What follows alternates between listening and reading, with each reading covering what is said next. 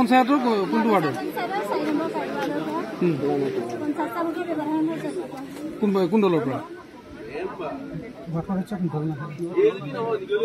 আপুনি নিৰ্দলীয় ভাবে কি নাম আপোনাৰ প্ৰতিদ্বন্দ্বী কোন আছিল দলীয় নহয় না নিৰ্দলীয় ঠিক আছে কেনেকুৱা লাগিছে মুহূৰ্তত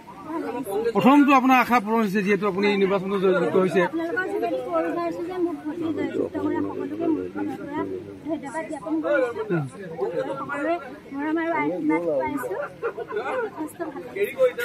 দীৰ্ঘদিন ধৰি আপুনি অসম গণ পৰিষদৰ এগৰাকী কাৰ্যকৰ্তা কৰ্মকৰ্তা হিচাপে আপুনি কাৰ্যনিৰ্বাহ কৰি আছে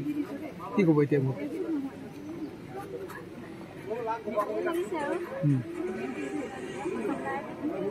আপোনাক অসম গণ পৰিষদৰ এগৰাকী পৰিচিত ব্যক্তি হিচাপে জয়যুক্ত কৰিছে বুলি ভাবিছে নে আপোনাৰ ব্যক্তিত্ব হিচাপে কি বুলি ভাবিছে